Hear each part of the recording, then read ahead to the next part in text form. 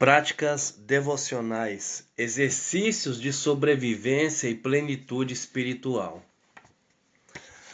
As práticas devocionais são exercícios de sobrevivência e de plenitude espiritual.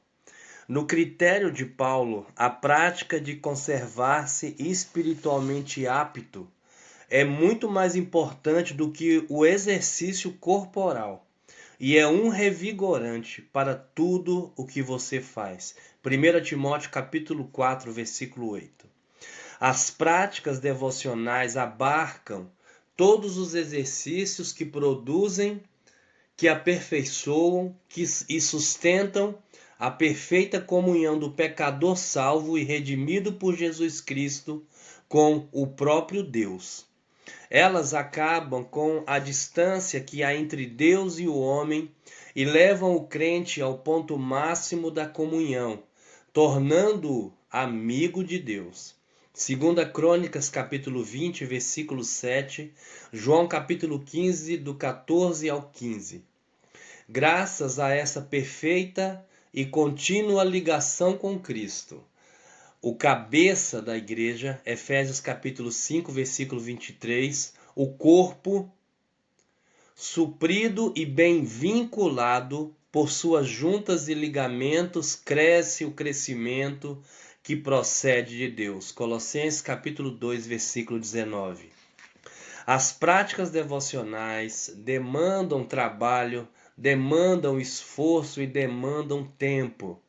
Assim como a criança sua para sorver o leite materno e o seio produz o leite na medida em que é sugado, o crente não pode ser leviano na busca de Deus. Assim como as plantas que vivem mais de um ano no deserto do Saara são obrigadas a ter raízes muito compridas para colher a umidade nas profundezas do subsolo. O crente precisa se adaptar até descobrir, explorar os veios cheios de água viva para se manter vivo e vigoroso. É quase exaustivo ler todos os textos bíblicos que mencionam a expressão junto às águas, mas vale a pena. Este é o segredo da folha sempre verde, da árvore carregada de frutos e da vida em abundância. João capítulo 10, versículo 10. As práticas devocionais nos levam obrigatoriamente para junto das águas, e o resto é consequência natural desta proximidade. Gênesis capítulo 41, versículo 22. José é um ramo frutífero junto à fonte. Seus galhos se estendem sobre o muro. Mesmo vendido pelos irmãos como escravo aos ismaelitas, mesmo caluniado pela mulher de Potifar, mesmo jogado numa masmorra por um crime que não cometeu, mesmo esquecido pelo copeiro-chefe de Faraó, mesmo em tempos de vacas magras, os braços de José foram feitos ativos pelas mãos do poderoso de Jacó, que o abençoou com as bênçãos dos altos céus. A explicação do sucesso contínuo de José em qualquer circunstância foi anotada pelo próprio pai. José é um ramo frutífero junto à fonte. Salmo 1, 3. Ele é como árvore plantada junto à corrente de águas, que no devido tempo dá o seu fruto, e cuja folhagem não murcha, e tudo quanto ele faz será bem-sucedido. Este texto se aplica a qualquer pessoa que, além de não participar da impiedade, se deleita em meditar de dia e de noite na lei do Senhor. O sucesso é inevitável. Salmo 23, 2.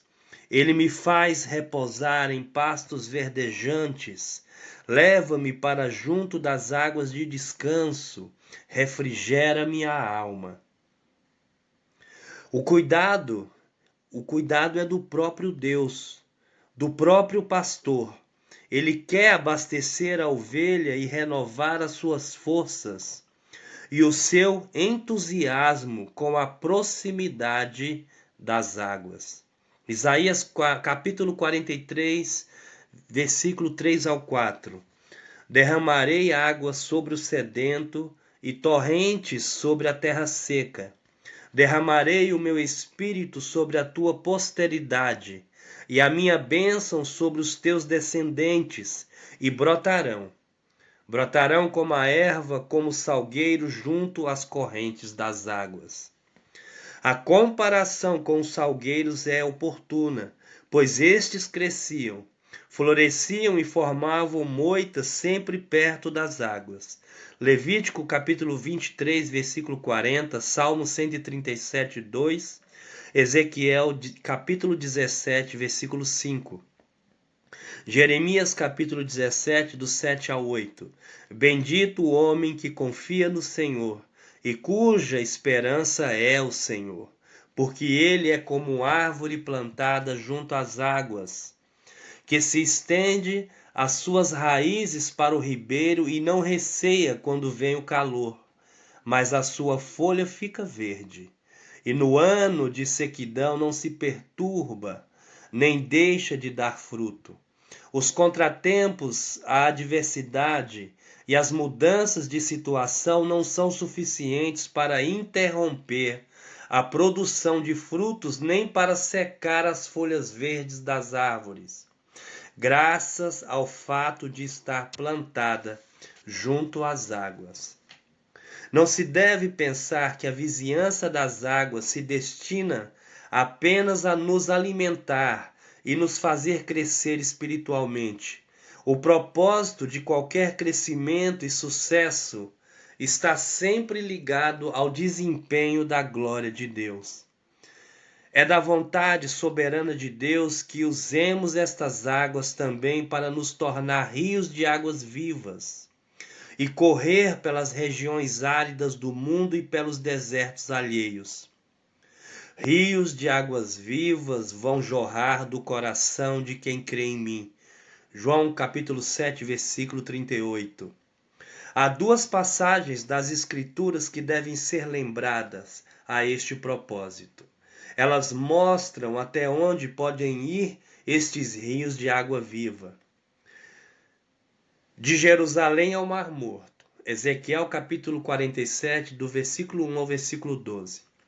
Na visão de Ezequiel, as águas nascem debaixo da entrada do templo, vão se engrossando, seguem para o oriente, atravessam o deserto da Judéia e desaguam no Mar Morto. Ao subir o rio de volta a Jerusalém, o profeta encontra tudo modificado.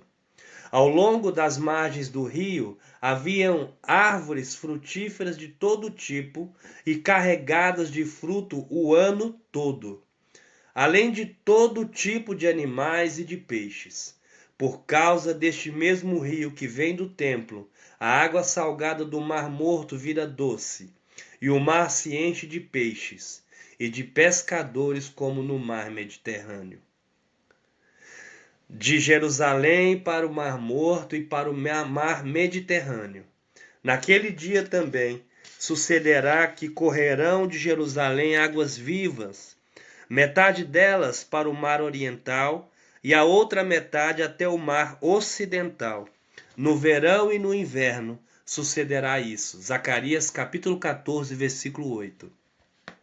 Agora, as águas vivas de Jerusalém não correm apenas para a direção do nascente do sol, mas também para a direção oposta, o poente do sol até o Mediterrâneo.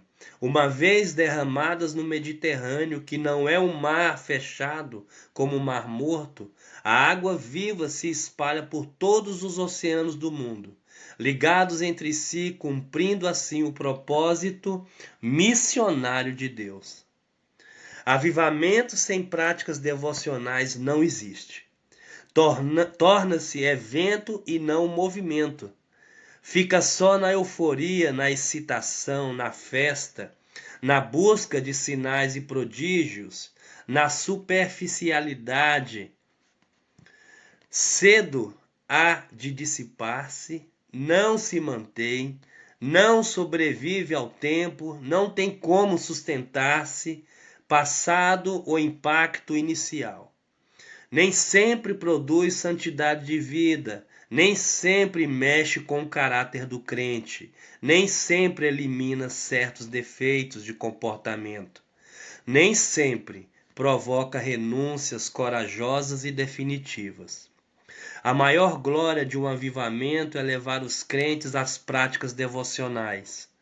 Se o partir do avivamento, a Igreja de Deus se entregar à prática regular da leitura da Bíblia, da oração, do desabafo, da confissão, da restauração, da humildade, da introspecção, da vigilância, do discernimento, do equilíbrio, da espera, da descomplexação, da confiança, da ousadia, da resistência, do poder, da vontade e da alegria.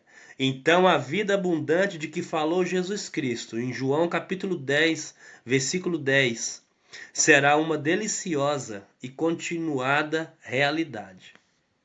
Neste caso, por causa da profundidade e da manutenção cuidadosa do avivamento, os riscos de distorção desaparecem ou são mantidos à distância. As práticas devocionais vão manter o avivamento e a plenitude do Espírito Santo de Deus na sua vida. Que Jesus te abençoe.